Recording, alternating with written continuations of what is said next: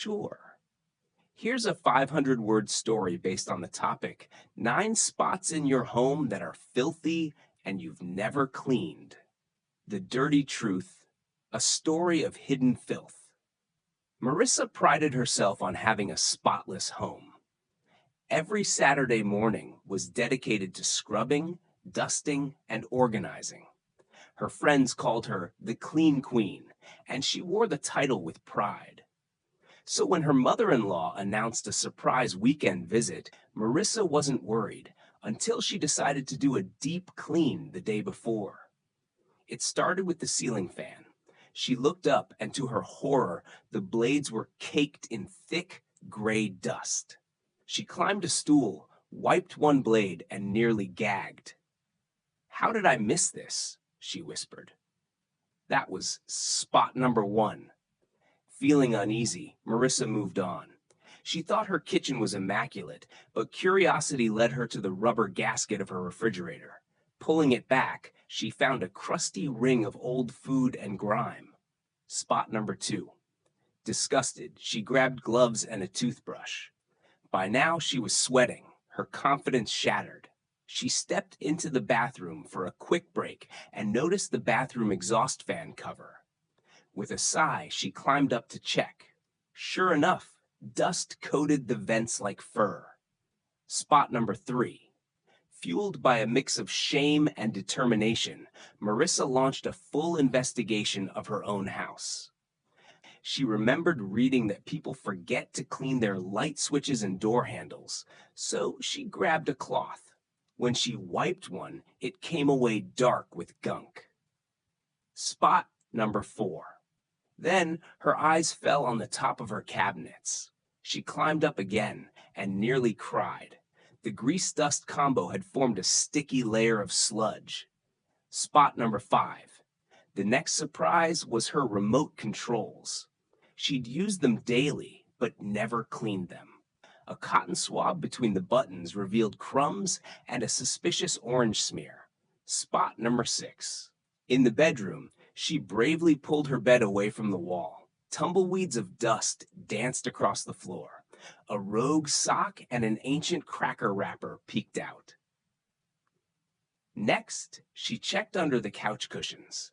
As expected, it was a time capsule of snacks, coins, and lint. Finally, as the sun set and her energy waned, she glanced at her laundry machine, specifically the detergent drawer. She opened it and recoiled. Mold and old soap residue clung to every corner. She sighed. Spot number 9. By the time her mother-in-law arrived, Marissa was exhausted but wiser. Her home sparkled, but more importantly, she had a new respect for the hidden places, the ones we forget, the ones that gather grime in silence. She greeted her guest with a tired smile. "Don't mind the mop. I just discovered I've been living in filth." Her mother-in-law chuckled. "Welcome to the club. Would you like a shorter version of this turned into a spoken voice clip?" "Absolutely. Here's an additional 500-word paragraph that continues the story and gives more depth to Marissa's discovery and transformation." That weekend, after her mother-in-law left, Marissa sat at the kitchen table with a steaming cup of tea and a new perspective.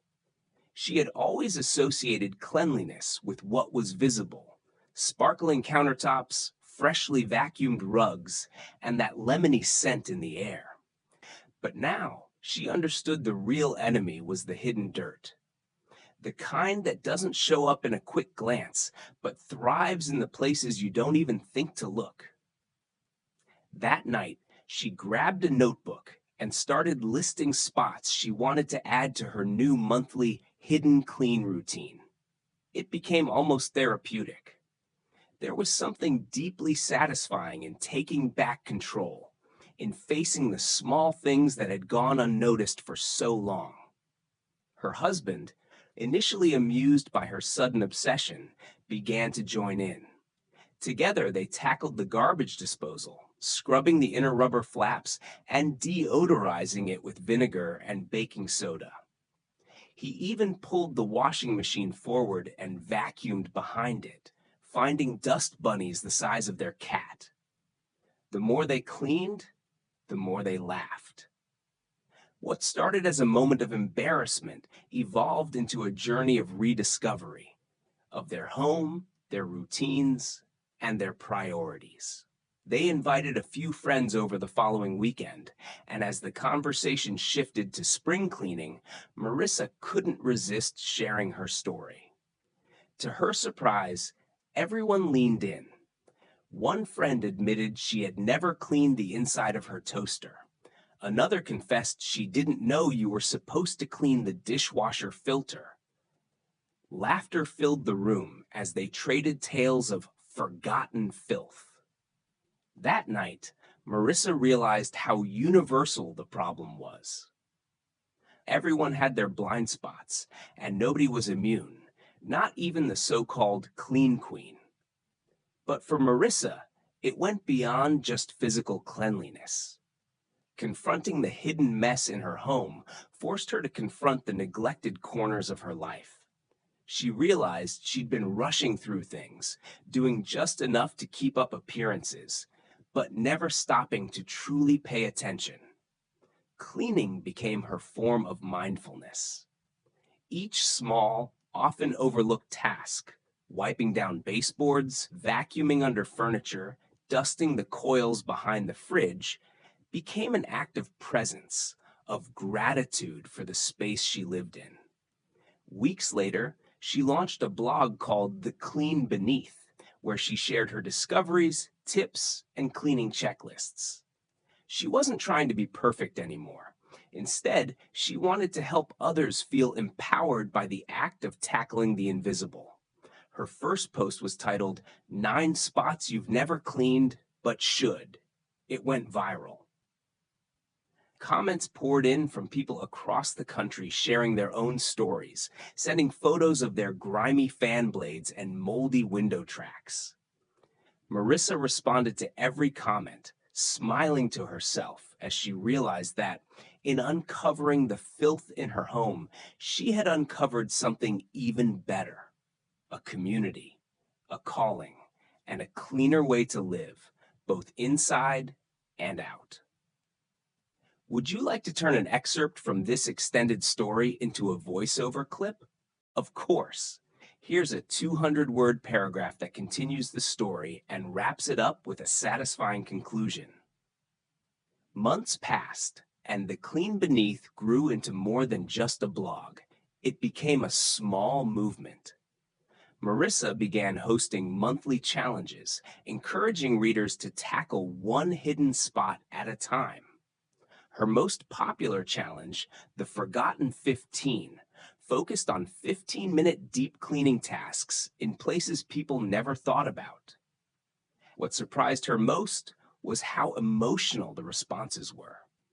People wrote to her saying that cleaning behind their stove or scrubbing the vent above their shower helped them feel more grounded, more in control of their lives. Some said it even helped them process grief, anxiety, or burnout. Marissa hadn't expected that.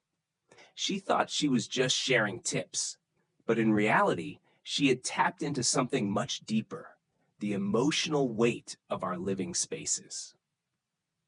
She realized that cleaning wasn't just about hygiene or aesthetics.